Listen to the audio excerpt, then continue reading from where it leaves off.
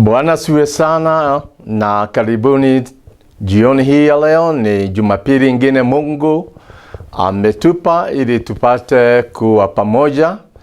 Na ninamshukuru Mungu kwamba amewalinda kwa wiki iliyopita, na ninaamini kwamba Bwana ameendelea kuwatendea mema na kuwabariki.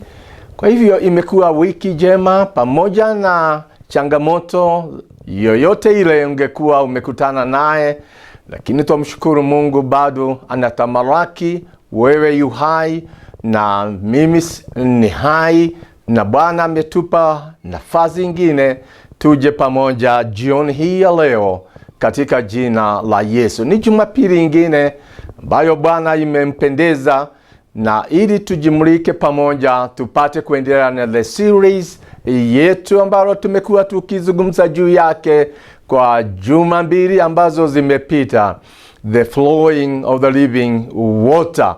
Na ninaamini katika masomo yale yote kwa wiki mbili tumekuwa nawe pamoja, ninataka kuamini kwamba Bwana amenena na moyo wako na Bwana amekutendea jambo katika maisha yako. Neno hili limekuguza, limekubariki, limekuinua.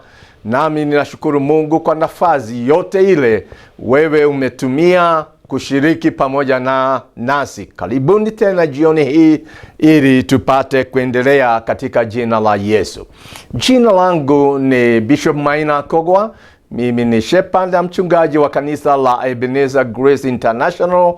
Kanisa letu limo katika jiji hili letu la Nairobi, katika sehemu ya Baraka More, na tunawapenda wageni. Kwa hivyo kama wewe unapita sehemu hiyo, kama wewe ni mkaaji wa sehemu hiyo, tunanyosha mkono wa karibu ujiunge nasi Jumapili wakati tunakuwa na ibada mbili kuanzia saa 3 hadi saa 7.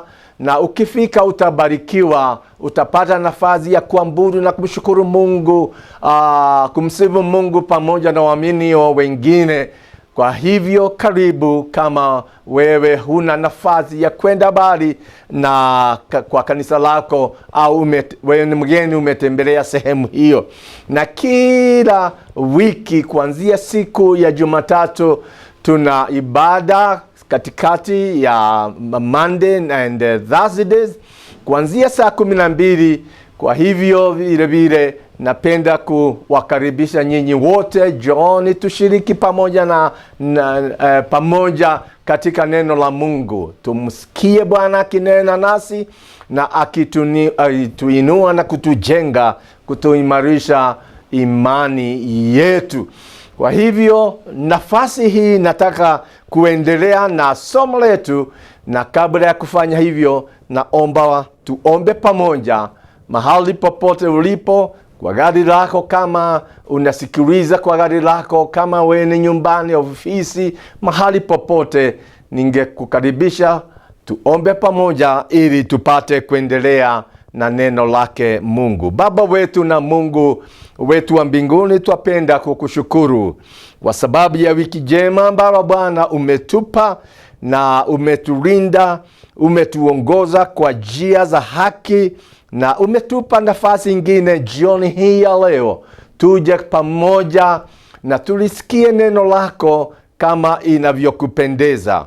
Nami nachukua nafasi hii kubarikisha wote watakayopata nafasi ya kujiunga pamoja nasi katika somo hili, ili Bwana ukawanenee, Bwana ukawahudumie.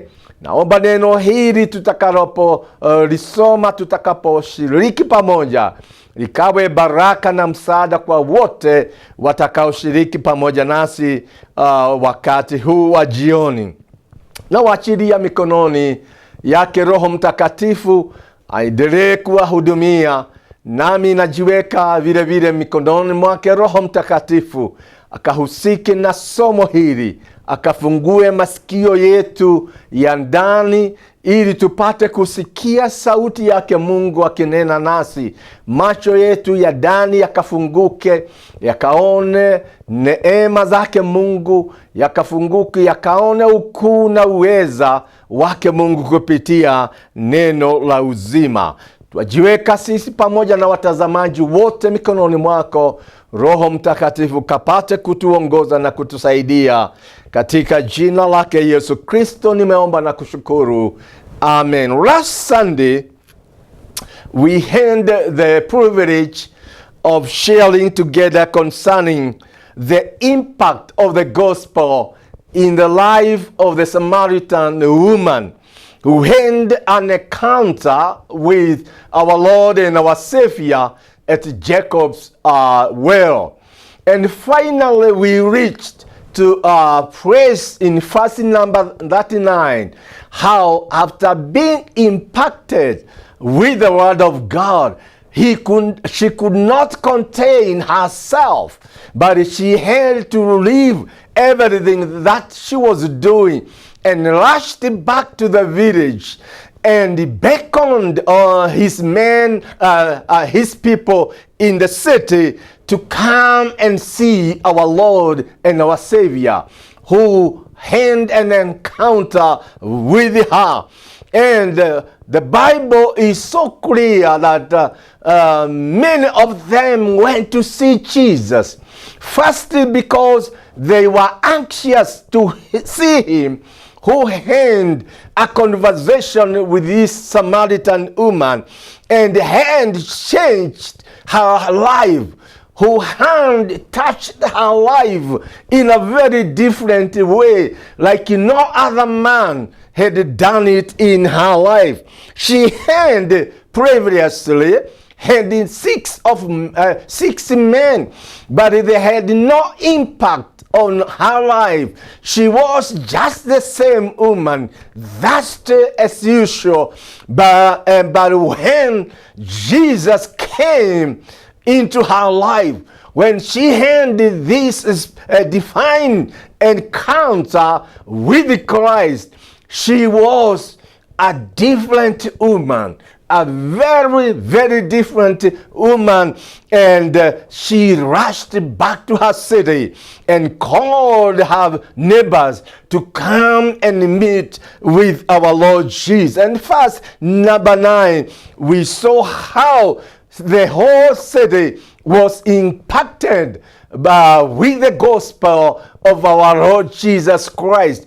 And they went on even to request our Savior and our Lord to stay for 2 more extra days, speaking the word of authority, speaking the word of healing, speaking the word of deliverance, speaking the word of transformation. And the whole city was impacted. And today we want to continue on the same. How when we receive the water, when we receive Christ Jesus into our life, how he impacts us with the gospel, and we are no longer the same. It is Paul who says, and I would like to echo his word, when he says, when we come into Christ Jesus, the past is gone. Behold, the past is gone, and we are made new creatures. The old things that we used to do, we don't do anymore. The life that we used to live, we don't live it anymore, because there is a transformation that has occurred into our lives, impacted with the power of the gospel of our Lord Jesus Christ. And we are changed men and women. The gospel has impact. It changes who we are. The past is gone. And we can sing together with the singer who said, the places that we used to go, we don't go there anymore, because we are changed men and women. And even the things that I used to do, I don't do them anymore, because I'm a new creature in the Lord Jesus Christ. And this is exactly what happened to this Samaritan woman. And I thank God Because the gospel is dynamic. It has power. It has authority to change who we are and even to carry us forth in a newness of life. When we walk in the word of God, we are no longer the same. And the gospel, with its impact, with its power, is able to shield us and to carry us through the challenges of this life, and even to transform our thinking, our lifestyles, even our actions. We are no longer the same because of the impact of the transformative gospel of our Lord and our Savior, Jesus Christ. And this is the gospel that we are declaring to this evening to you, that it will change your thinking, it will change your lifestyle. When you surrender yourself to the Savior, Jesus Christ, it will change who you are. You will no longer be the same. It is not longer you that liveth in yourself, in your life, but the power of the gospel changes you and changes you the man of man you are, because Christ comes to dwell in you through the gospel. And so you are changed. Your lifestyle changes, and the things that you used to do, you have no thirst, you have no hunger, you have no desire to continue living in them or doing them, because you are a new creature and the past is gone through the blood of Jesus and through the gospel of our Savior and our Lord Jesus Christ. And this evening, we want to look into some scriptures and see how the psalmist sees how a changed man lives, and how this gospel changed one who is in Christ Jesus. And we are going to see right from Psalm number 1, and we are reading now in the name of Jesus. Just join us. If you have your own Bible, you can open together with me, and we are going to read it together and hear what the psalmist is saying as per the word of God. Psalm chapter number 1 and verse number 6, it starts and says, "Blessed is the man who walks not in the counsel of the ungodly, nor stands in the path of sinners, nor sits in the seat of the scornful, but his delight is in the law of the Lord, and in his law he meditates day and night.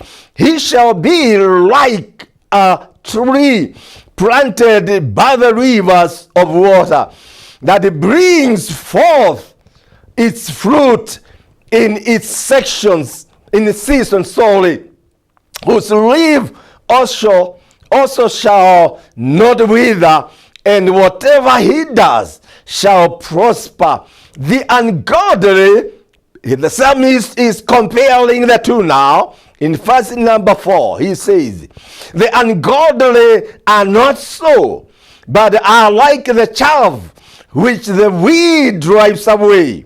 Therefore the ungodly shall not stand in the judgment, nor sinners in the congregation of the righteous. For the Lord knows the way of the righteous, but the way of the ungodly shall perish." Here the psalmist is giving us a glaring picture of these two kinds of people: the blessed man, the godly man and woman of God, and the ungodly, who walks not in the counsel of evildoers. The ungodly neglect the word of God. They have no portion in the word of God. They don't care what God says. They don't worship God. They don't praise him. They don't seek him. They are the one that the psalmist is saying, they are ungodly. These are the sinners who rebels against God. They don't hearken to the voice of God. They don't live the word of God. They rebel against God's word and engage in sinful and even in satanic world. Their lives is engaged in ungodly ways. They use their resources, they use their time, they use their strength and energy in doing ungodly things. Just as we saw that Samaritan woman, she lived in an ungodly way. She rebelled against God's word, and she lived in her own world, in sinful world, and engaged herself in those sinful acts day in and day out. And this is exactly what the psalmist is saying. They are scornful. They don't care about God's word, and even they don't look for the God's word and hunger for God's word or thirst for God's word. Their life is different. And I want to assure you, man and woman of God, that Samaritan woman, when we come into an encounter with the word of God, and when we release our lives into our Lord and our Savior Jesus Christ, His gospel, His word that He releases to us, when we hear it, when we embrace it, when we receive it into our lives, it comes with its authority. It changes the man and the women that we are. And our life is no longer the same. We are no longer the scornful men and women. We are no longer the ungodly who are rebellious of God's word, who live in sinful life in ungodly world. But we are changed by the power of the word of God. And our life is now in Christ Jesus. We are no longer we who liveth, but we live in the life of our Lord and our Savior, Jesus Christ.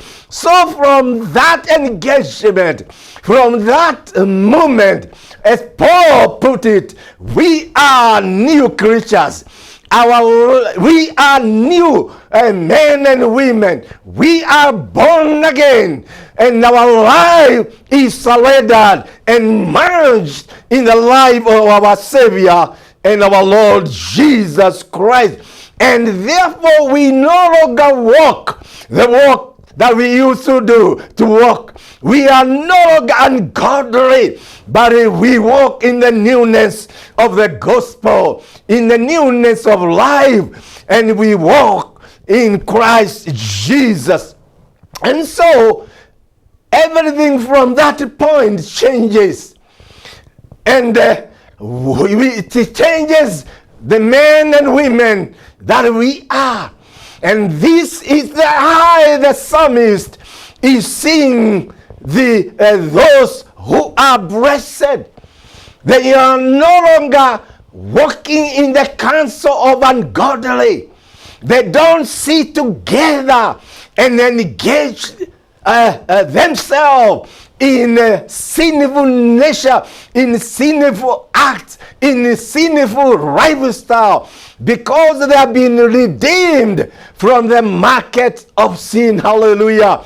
This is the gospel, and this is what the word of God, as Jesus said to that Samaritan woman, you be born again, when you are born again, there is a newness of life and the flow of the living word. It stops you from living the ungodly life and engaging in ungodly men and women. You are no longer counted as an evildoer because you are a changed man. And he continued to say, he not only walking in the counsel of the ungodly, but he does not stand in the path of sinners. In other words, he does not interact in an unhealthy way, in a sinful way, and with the sinners. He does not engage himself in sinful lifestyles. And when he engaged the sinners, it is in a healthy way to release the gospel to them, the word of life that has changed them, the word of God that has transformed them.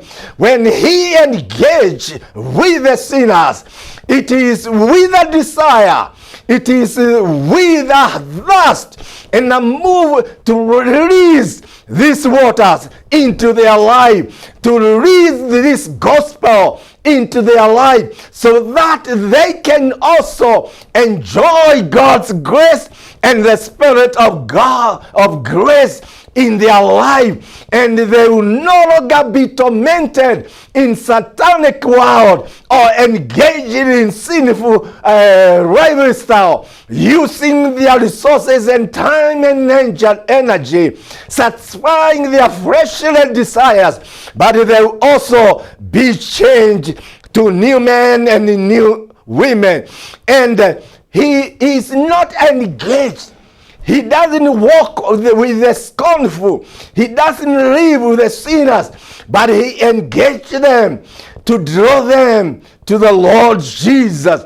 Because from that moment, when you are in Christ Jesus, you become a new creature, and your business is to call on other sinners into the kingdom of our Lord and our Savior. Because that's exactly what we saw with the Samaritan woman. She could not contain herself, and she was not content. She was not contented with whatever she received from our Lord and our Savior, but she felt compelled to rush back to her village and call her neighbors and friends to come to our Lord Jesus Christ. And it is the same compelling spirit. When we come into Christ, we are no longer the same, but we have that desire even to tell the good news, the good tidings of our Lord and our Savior, and beckon on other men and women to come to our Lord and our Savior. So we are engaged with the sinners in a very healthy way, and it's mandated by the word of God to preach to them the good tidings that will save them from sinful nature and satanic world into the kingdom of our Lord and our Savior. And it continues saying, nor does he or she sit in the seat of the scornful. Those men who are not caring and they speak ill of God's word, or they see it in a negative way. They have no portion. They have nothing to deal with it. They speak bad about God's word. But when we are engaged with those men and women, our business is only one: to release the spring, the flowing, living water in us. The grace of our Lord Jesus Christ that has changed who we are. The power and authority of God's gospel that is in us, that has changed our lifestyle. We are mandated now to share this gospel with other men and women from that moment onward. And this is what God is looking unto us. And therefore, anytime you engage the sinners, you engage the scornful, you read the gospel, you share with them God's love, God's grace with them, not only through the words, even in your lifestyle is speaking to them. When they see you, they see a changed man, they see a changed woman in your life, and so they desire that grace that is in you, that word that has changed you to be a new man or a woman. And there you draw them to the kingdom of our Lord and our Savior Jesus Christ. That's what we are supposed to do. Reaching to the scornful, reaching to the sinners, reaching to the ungodly, and bringing back to God, to the kingdom of our Lord and our Savior, Jesus Christ. Verse number 2, the psalmist continued to say, he delights in the law of the Lord. In other words, he desires to walk, be grounded in the word of God, that his faith is well anchored in the word of God, and therefore able to resist every wind from the enemy, any blow of wind that comes into his life. He's able to stand strong because he is well grounded and settled in the word of God. He desires all the time to hear the voice of God, to meditate on God's word, to seek counsel from the word of God. And so he is well-rounded as far as the word of God is concerned. Like Paul saying, we are well-grounded when we are rich in the word of God. We are well settled in our faith when we are well rich in the word of God. And this is what the psalmist is saying, that he delights in the law of God, hearing what God is saying. We hear God's voice and what he needs of us, and the man of our walk in our faith through his word. So we need all the time to read the word of God, to break the word of God, to reason out with the word of God, so that we may hear the voice of God and all that he wants of us to know and live according to the word of God. And it continues to say, and in his law he meditates day and night. We need to meditate on the word of God, so that our hearts and are strong in the faith, and our spirit are strong in the word of God. We are unshakable by the things of this world, by the wind that blows against us, by evil encounter that we get engaged into, by any evil forces, any dominion, as Paul put it, any prosperity, any power that comes against our faith. We are well grounded because we meditate on God's word. We are well versed in the word, in the scriptures, and we meditate day and night. It's good to read the word of God. It's good to pray through the word of God and remind God of what he has said. You can't do that if you don't meditate on God's word.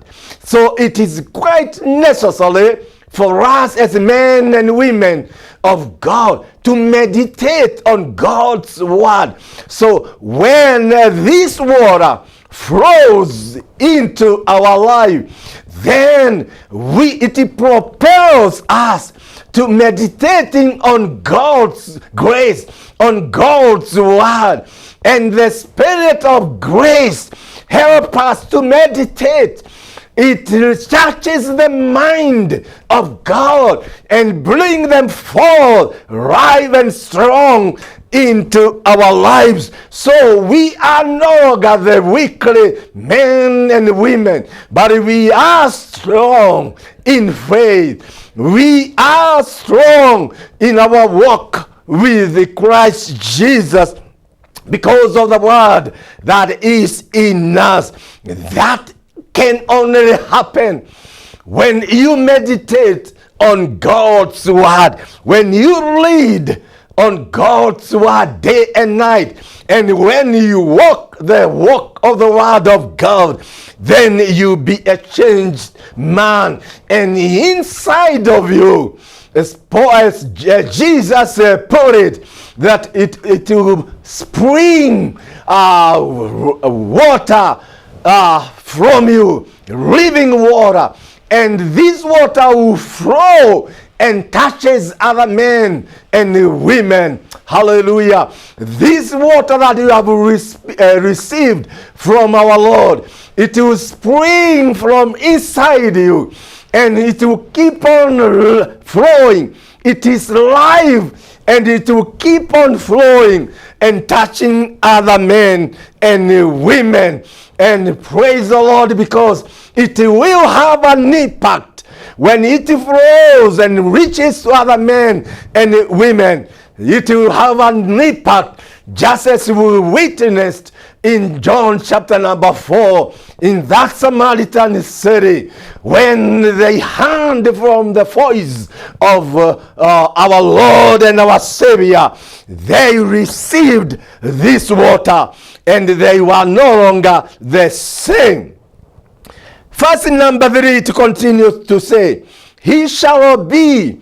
Now the psalmist changes, and he is looking now into the impact of this water, into the impact of this word that this man has received, and continue to meditate upon it day and night.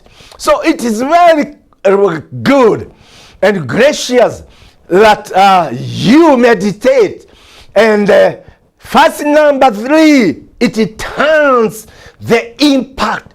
And now the psalmist is painting the impact of this water that we are talking. And I'm sure this is what we desire, to see a change in men and women, even in our congregations. How this word that we read every Sunday, how impactful it is. This word of our Lord Jesus, how it transforms the life of men and women in our congregations. That is the mandate of men and women of God. When they release the power of the word of God, when they speak, not their mind, not their philosophies, but they release the power of the word of God, it changes the life of the listeners and the men and women of his congregation. And this is what the psalmist is saying, that he is like a tree planted by the rivers of water. That is exactly how the life of a believer changes and takes a different direction. He is like now a tree planted by the river, the banks of a river, where you are no longer thirsty or desiring or drying up, but you are drawing your life, your water, your lifeline from Christ Jesus, and planted by the rivers of water that brings forth its fruits in its season, whose leaf also shall not wither, and whatever he does shall prosper. We all desire to prosper, but we have to live the word of God. We have to walk the word of God. We have to meditate on God's word, and we have even to listen to the voice of God. And not only listening, we have to obey the word of God. Obedience is a key in transformation of our life. And this is what the psalmist is saying. That man who walks in that path, he is like a tree planted by the rivers of water. And the source of his water never dries up. We live not our own life, but we live the life of Christ. And therefore, we are assured of plenty of water. We are assured that the source will never dry. And we continue enjoying God's grace, and enjoying God's love, enjoying God's healing, enjoying God's presence in our life, because it will never, the source of our life, the source of our life will never dry up. We are drawing this living water day in, day out, and we are assured that it will never dry up, and brings forth by virtue of living in Christ Jesus, that our lives are anchored in the word of God, in our Lord and our Savior. We are assured that our life will bear fruits, and the fruits that we bear, we are assured of living forever and never. And when we are in Christ Jesus, when we live in his life, we are assured that we will give fruit every day, every time, in its season, in its time. We shall reap, we shall give forth fruits. Hallelujah. And our life shall never dry up. It shall never wither, because we are well anchored in the source, and we are grounded in the source. So our life will never dry up. This is great when we are assured that when we come into Christ Jesus, our life will never be the same. Our life will never be the same. We are anchored in the flow, in the well of the flow that flows with the living water. We are assured that this water will never dry up, and we shall give forth fruits every time, every moment of our life. Praise the Lord. That this grace that we are talking about, this grace shall continue bearing fruits in our lives all the time, all the moments. My brother, my sister, this is the word of God. This is the heart of God. This is the desire of God, that you walk in His word, that you live in His word, and you are assured of life flowing in the grace of our Lord and our Savior. And your life will never be dry. You give forth the fruits. I'm looking at you now. And this is my prayer as we come to the close of our evening sermon, that when you surrender your life, wherever you are, in whatever situation you are in, it doesn't matter. Like that Samaritan woman, when she came into encounter with our Savior, raised her life into the hands of the Maker, then she was no longer the same. Her life changed, and she became a fisher of men, and engaged them and called them to the Savior. That is the transformation in this word that we are sharing this evening. And I want you to come now to the Savior. I want you to come to the Lord and the source of this water that we are talking about. And when your life is in Him, it will never dry up. I want to pray with you. The healing grace, the prospering grace, the covering grace will overshadow you, and the presence of God will be in your life. Father, I thank you for our viewers, and I thank you for the moment that we spend together with them.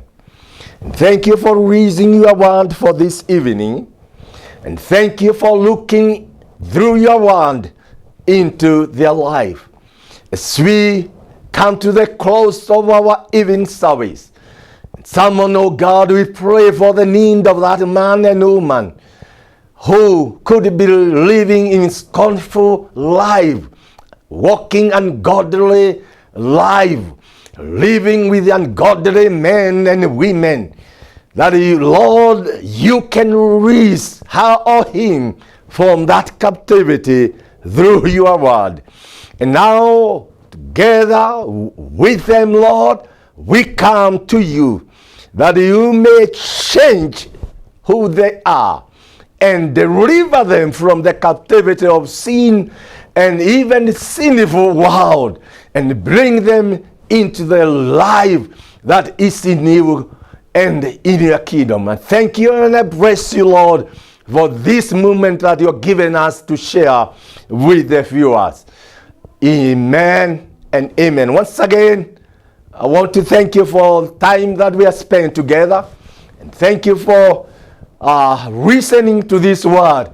And I'm praying, and I'll continue to pray for you, that this word will change your life, and God releases His graces in your life, that you may see the transformation of your life henceforth in Jesus' name.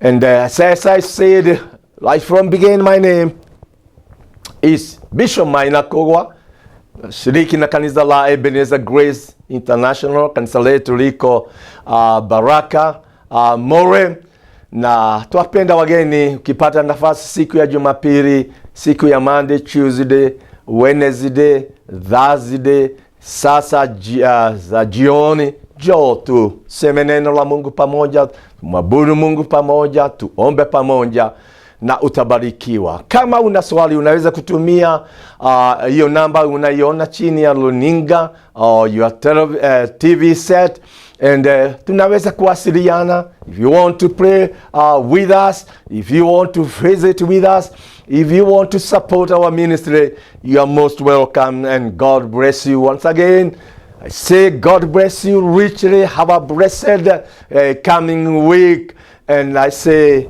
to you. Shalom, shalom. Till we meet again, God's blessings.